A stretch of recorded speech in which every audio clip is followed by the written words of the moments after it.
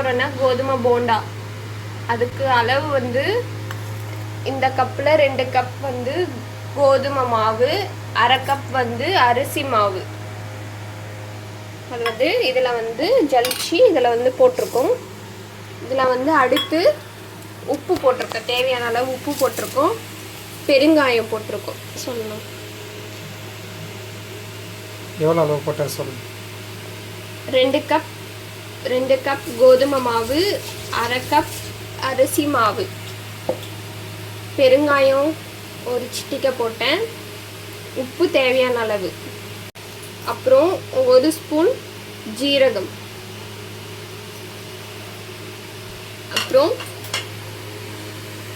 இதில்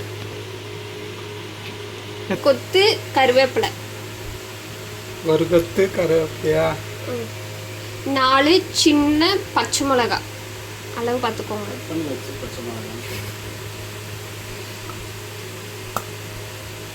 வெங்காயம் பெரிய சைஸில் 2 பொடி பொடியாக கட் பண்ணிக்கணும்.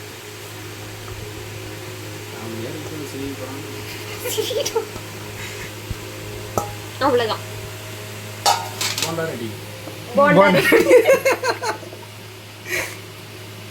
இதை வந்து நல்லா மிக்ஸ் பண்ணிக்கணும். அது என்ன பண்ணணும் எதுலையே இவங்க தான் நம்ம செஃப் ரக்ஷு.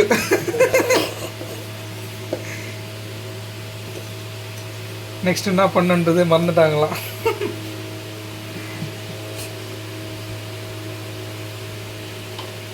கால் ஸ்பூன் சோட்டா மாவு புஸ் புஸ்ன்னு வரது.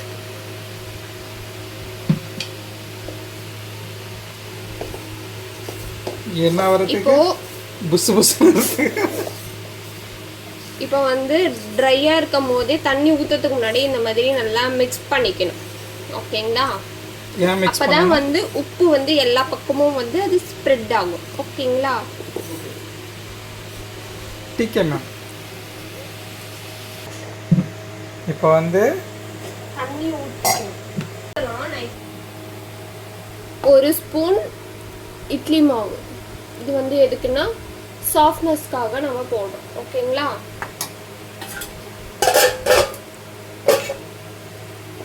இது இப்பவும் நல்லா பிசைஞ்சிக்கணும்.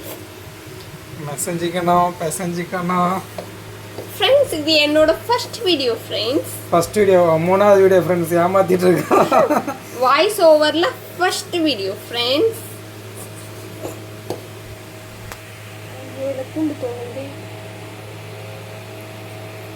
First video instant masala kurma பார்க்காதவங்க பாருங்கள். அதுக்கடுத்து 2வது முட்டை rice, I mean egg rice. Sorry, egg rice. இப்போது தண்ணி வந்து கொஞ்சம் கொஞ்சமாக ஆட் பண்ணிக்கலாம். ஓகேங்களா? எவ்வளோ அளவுமா தண்ணி? அது பதம் வர வரைக்கும் நம்ம ஊற்றணும்.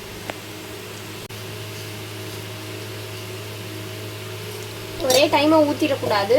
அதை வந்து கொஞ்சம் கொஞ்சமாக ஊற்றி பக்குவமாக அது பெசியணும்.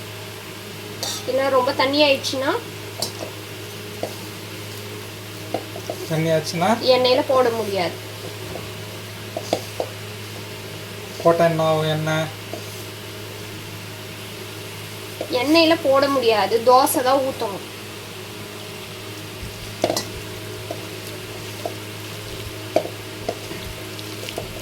இப்போ இவங்க பிசைகிறது சப்பாத்தி மாவு பிசைகிற மாதிரி தான் ஆல்மோஸ்ட் சேமாக பிசைகிறாங்க. பார்த்துக்காங்க எல்லாரும். எனக்கும் அப்படி தான் தெரியுது. கடைசியில் போண்டான்னு சொல்கிறாங்க போல்.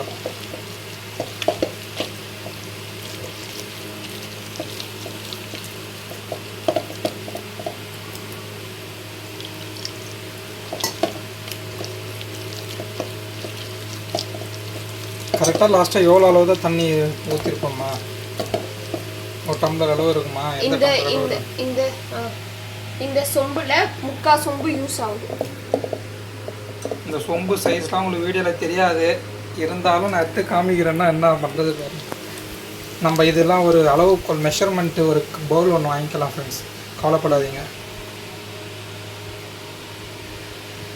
வந்து நம்ம எடுத்து போடுற பதத்துக்கு இருக்கணும். மாவு நம்ம போண்டா மாவு வந்து எண்ணெயில் எடுத்து போடுற பதத்துக்கு இருக்கணும். சரிங்களா? அந்த அந்த பக்குவத்தில் தான் நான் இப்போ ரெடி பண்ணி வச்சுருக்கேன். இப்போ வந்து எண்ணெய் வந்து கடாயில் ஊற்றி சூடு பண்ணிக்கலாம். அப்புறம் இதை வந்து ஒரு உருண்டையாக போட்டுக்கலாம். ஓகேங்களா? இப்போ வந்து கேஸ் ஆன் பண்ணி கடாயில் எண்ணெய் ஊற்றி வச்சிட்டோம்.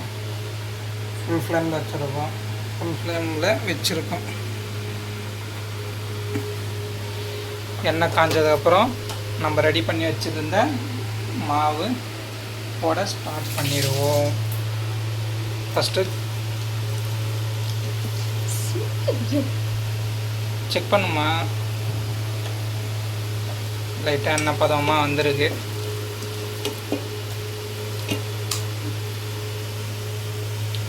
நாங்கள் வந்து ரைஸ் பிரான் ஆயில் தான் போடுறோம், யூஸ் பண்ணுறோம். அது வந்து 0 கொலஸ்ட்ரால். நீங்களும் அதை ப்ரிஃபர் பண்ணிக்கோங்க. நல்லா தான் இருக்குது ரைஸ் பிரான் ஆயில். என்ன பிராண்டுன்னு கூட தெரியும், ஆனால் அந்த பிராண்ட் வந்து சொல்லக்கூடாது. ஸோ அதனால் ரைஸ் பிரான் ஆயில். எண்ணெய் காஞ்சிடுச்சான்னு பார்க்கலாம். அது கொஞ்சோண்டு போட்டு நம்ம செக் பண்ணிக்கலாம். ஆஸ் யூஷுவல் நல்லா காஞ்சிருக்கு. இது வந்து இந்த போண்டா வந்து மீடியம் ஃப்ளேமில் தான் நம்ம வந்து சுட்டு எடுக்கணும். ஓகேங்களா? ஓகேங்க. இது வந்து சின்ன கடாய். ஸோ வந்து நம்ம ஒரு 5 உருண்டை மட்டும் போட்டு எடுத்துக்கலாம். சரிங்களா?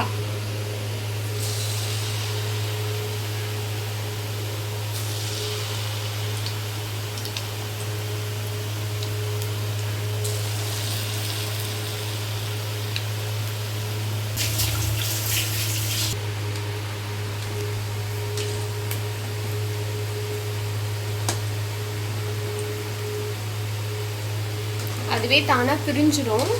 அது வரைக்கும் வெயிட் பண்ணுங்க. சரிங்களா?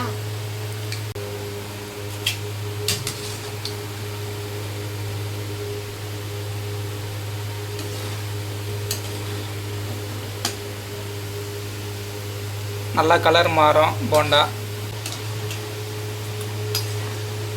கோல்டன் கலரில் ஆனதும் நம்ம வந்து போண்டாவை எண்ணெயிலேருந்து எடுத்துடலாம். ஓகேங்களா?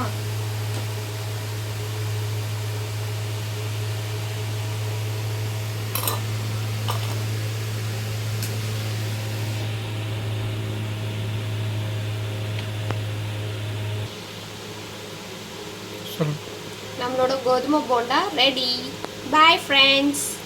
இந்த வீடியோ உங்களுக்கு பிடிச்சிருந்தா லைக் பண்ணுங்கள், ஷேர் பண்ணுங்கள் அண்ட் சப்ஸ்கிரைப் பண்ணுங்கள் ஃப்ரெண்ட்ஸ். பாய் பாய்.